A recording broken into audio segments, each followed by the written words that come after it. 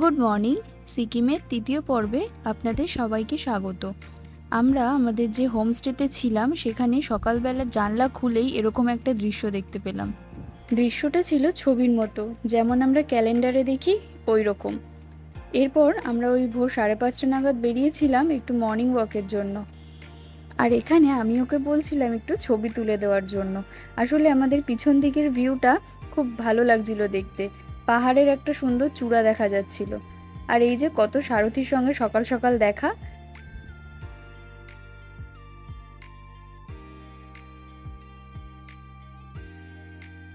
আছেন নদীর দিকে। আমরা এখন যাচ্ছি ব্রিজটার দিকে, সামনে একটা সুন্দর ব্রিজ আছে। সেখানে তখন চলছিল -3 ডিগ্রি, হাত পা সব অবশ হয়ে যাচ্ছিল। আর এখান দিয়ে বয়ে যাচ্ছিল লাচুং নদী, কি স্রোত তার।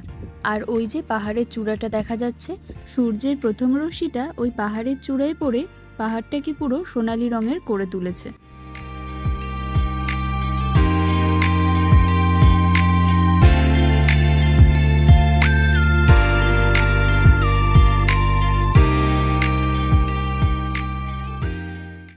মর্নিং ওয়াক করে আমরা এখন হোটেলের দিকে যাচ্ছি।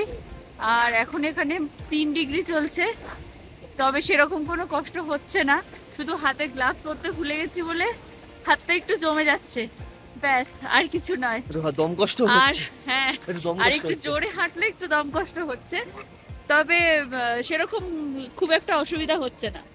চলো এবার হোটেলের দিকে ফেরা যাক, কারণ এবার বেরোতে হবে তো ইয়াংথাং ভ্যালি আর 0 পয়েন্টের উদ্দেশ্যে, যার জন্য এত দূর আসা। বরফ দেখবো, এক্সাইটমেন্ট প্রচুর।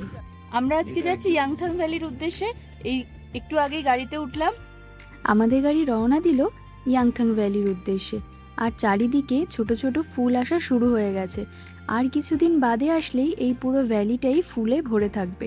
এই বেগুনি রঙের ফুলগুলো খুব সুন্দর দেখতে ছিল। আর গাড়ি থেকে নেমে তো শ্যুট করা সম্ভব হয়নি, না হলে আরও কাছ থেকে দেখানো যেত।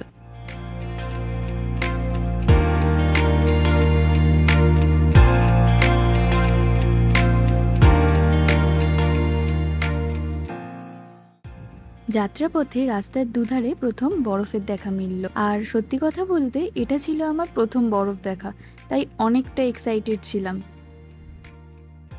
আমাদের গাড়িটা ইয়াংথাং ভ্যালির কিছুটা আগে এসে দাঁড়িয়েছিল, আর সেখানেই আমরা খেয়ে নিয়েছিলাম গরম গরম চা। এই ঠান্ডায় গরম গরম চা খাওয়ার মজাই আলাদা।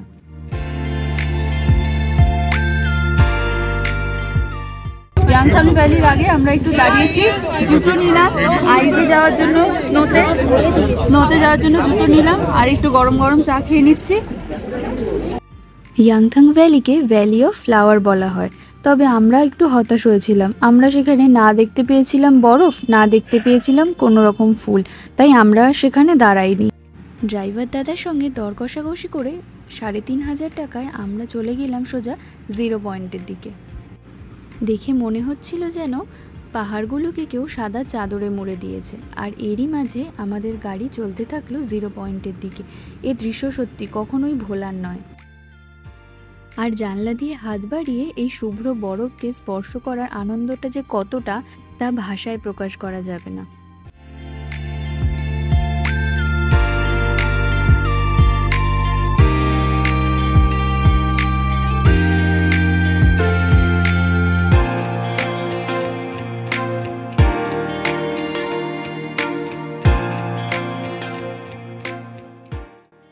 চোখের সামনে এত বরফ দেখে আমি তো প্রায় আনন্দে আত্মহারা।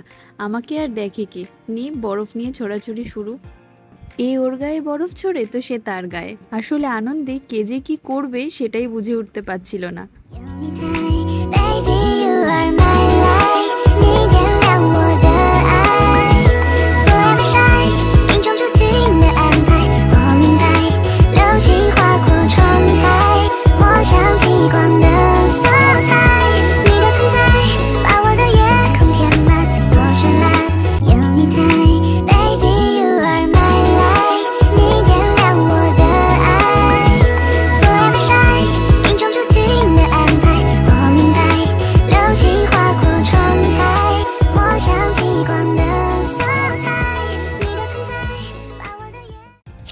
আমরা এখন আছি 0 পয়েন্টে।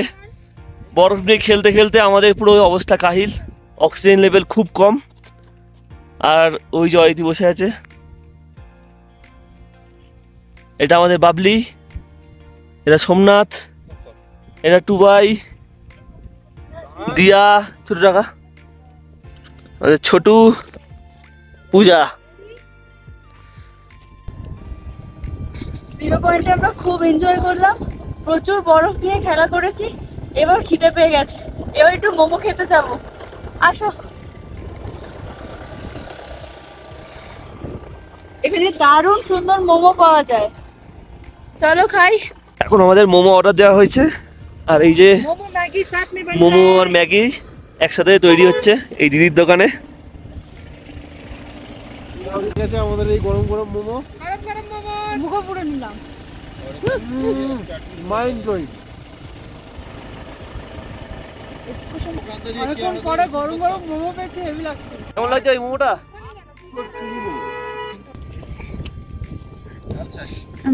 কেমন লাগছে? দারুণ লাগছে। ম্যাগিটা, ম্যাগি গরম গরম ম্যাগি হেভি লাগছে, ভালো বানিয়েছে, দারুণ বানিয়েছে।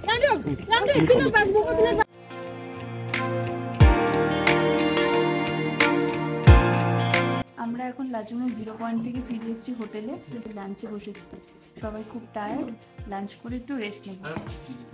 কালকে আবার সকাল 6টায় বেরোতে হবে, তাই লাঞ্চের পর সবাইকে রেস্ট নেব, আবার বিকেলে টায়ার্ড থাকার জন্য সেভাবে আর ভিডিও করা হয়নি।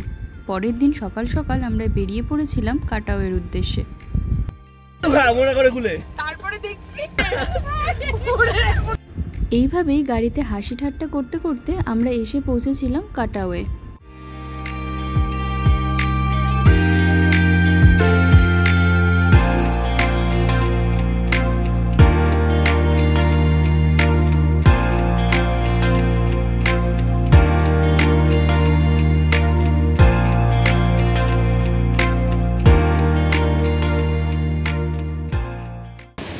আমরা এখন এসেছি কাটাওয়ে, এখানে খুব একটা কিছু দেখার নেই।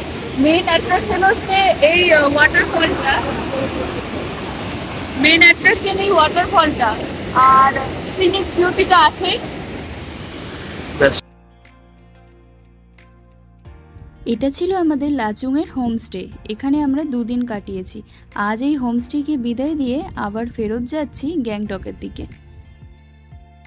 আমরা যে রাস্তা দিয়ে আসছিলাম সেটা প্রাকৃতিক দুর্যোগের কারণে অনেকটাই নষ্ট হয়ে গেছিল। কোনো রকম একটা কাঠের ব্রিজের উপর দিয়ে আমাদের গাড়িটা পারাপার হলো।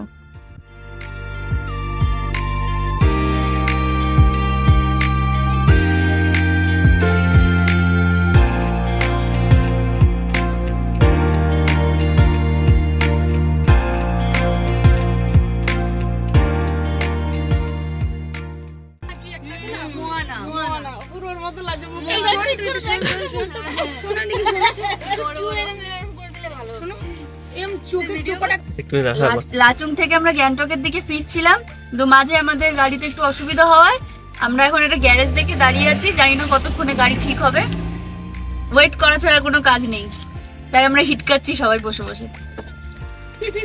তুই কি করছিস ভাই? Oxygen problem. আবার দেখা হবে দার্জিলিং এর হোটেলে গিয়ে।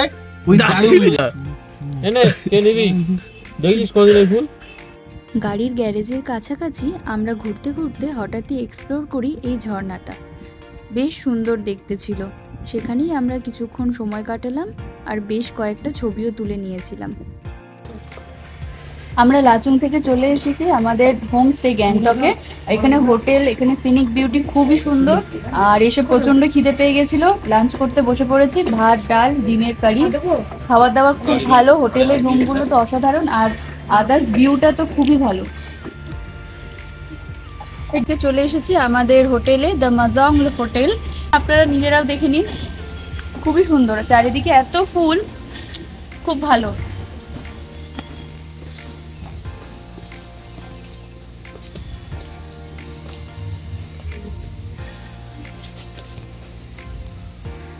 অ্যাম্বিয়েন্সটাই খুব সুন্দর। এটা আমাদের এন্ট্রেন্স, আর এখানে একটা লন টাইপের আছে, সম্পূর্ণটাই ফুল দিয়ে সাজানো। লনটা সম্পূর্ণটাই ফুল দিয়ে সাজানো। এখানে এত বিভিন্ন রকমের ফুল আছে, সবকিছুর নামও জানি না। সবকিছু কি, কোনোটারই নাম জানি না। এগুলো আমাদের ওখানকার ফুলের মতো কোনোটাই নয়।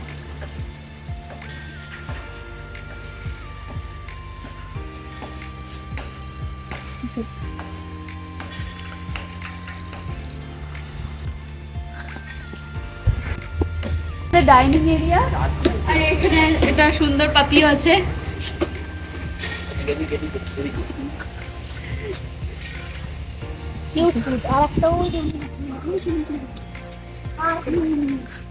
আর এখানে রাত্রিবেলা বনফায়ারের ব্যবস্থা করা হয় যদি কেউ রিকোয়েস্ট করে তাহলে।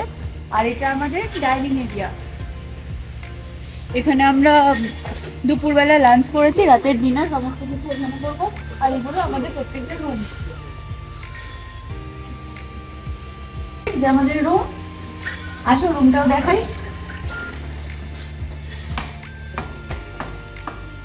খুব সুন্দর আমাদের রুমটা, মানে প্রত্যেকটা রুমই এরকম সুন্দর। এখানে একটা বসার জন্য সোফা রয়েছে, আর ওখানে একটা আয়না রয়েছে। এখানে বেশ বড় টিভিও রয়েছে। আর এখানে জামা কাপড় রাখার জন্য ওয়ার্ড্রপ। বেডটা তো পরিষ্কার পরিচ্ছন্ন, একদম ক্লিন রুম। আর এদিকে আছে ওয়াশরুম, আর এদিকটা আছে ওয়াশরুম। ওয়াশরুমটা একটু হেঁটে যেতে হবে।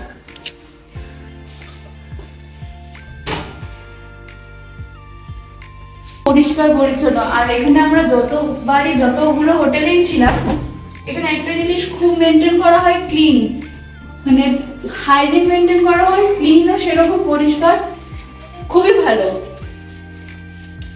আমরা লাঞ্চ টাঞ্চ করে মোটামুটি সবাই রেডি হয়ে নিয়েছি। এবার আমরা যাচ্ছি এমজি মার্গের দিকে। বিকেলবেলাটা একটু সেখানে কাটাবো, আবার সন্ধ্যার পর হোটেলেই ফিরে আসবো। তা আমরা সেখানে গিয়ে কি করবো? মজা করবো,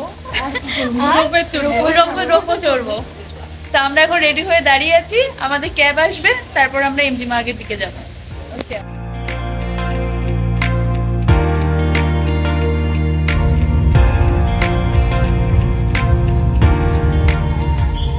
আমরা রোপওয়ে কাউন্টারে এসে টিকিট কেটে নিলাম। পার পার্সন পড়েছিল 153 করে।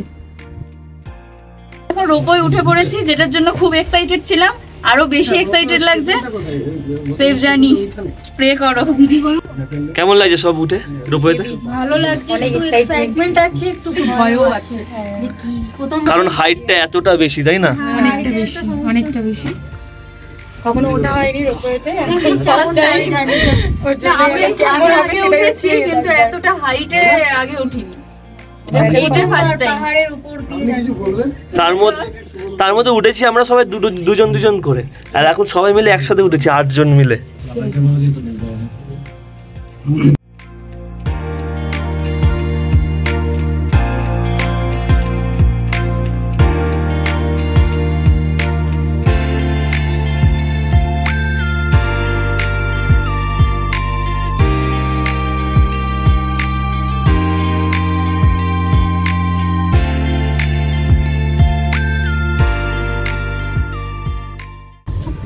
আমার তো খুব ভালো লাগছে, ভয় লাগছে না। যতটা ভেবেছিলাম সেরকম কিছু ভয় লাগছে না।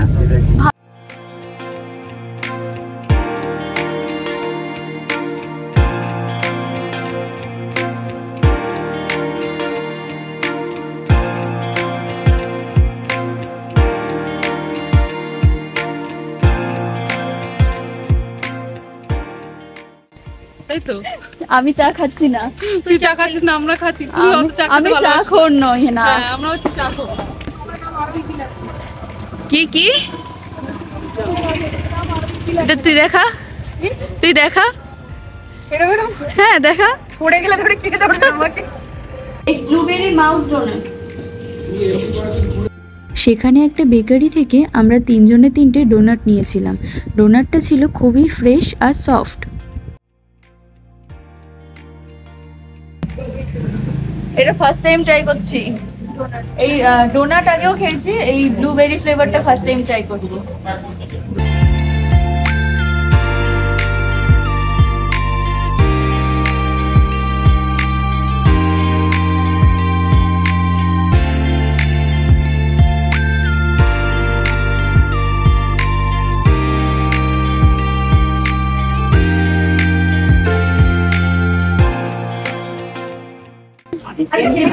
ঘোরাঘুরি করবো, একটু খিদে পেয়ে গেছিলো, তাই আমরা এখানে একটা হোটেলে এসেছি সবাই মিলে খাওয়ার জন্য। ফাস্ট ফুড মোটামুটি আমরা চিকেন চিজ রোল অর্ডার করেছি মোটামুটি খেতে, আর একটা চিকেন থুপকা অর্ডার করেছি। থুপকা আমি আগে কখনো খাইনি, তো ওটা খেয়ে দেখার জন্য, ট্রাই করার জন্য অর্ডার করেছি। ওটা আসলে আবার শেয়ার করবো। এসে গেছে আমাদের চিকেন থুপকা, এবার ট্রাই করে দেখার পালা।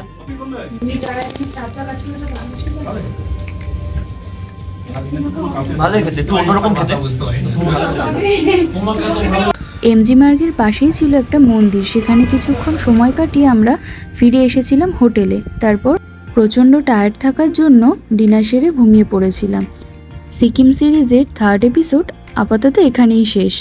Please like, share and comment করতে ভুলো না যেন। আর আমার ব্লগটা কেমন লাগছে সেটাও কমেন্টে জানিও। দেখা হচ্ছে আবার নেক্সট ব্লগে। টাটা।